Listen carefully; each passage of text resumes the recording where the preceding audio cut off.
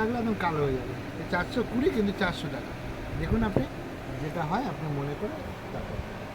কম হবে না? না 400 টাকা। আর এটা বললেন 700, তাই তো? 700, হ্যাঁ। ঠিক আছে, আপনি বাড়িতে রাখুন। তাহলে দুধ কলা দেওয়ার জন্য এটা ঠিক হ্যাঁ, আছে না? দুধটা ভালো। ও বাড়ির লোককে দেখে কি হবে, করবেন তো আপনি।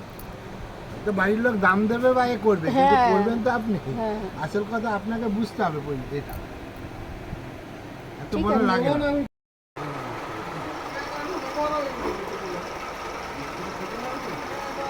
তুমি নেবে কি?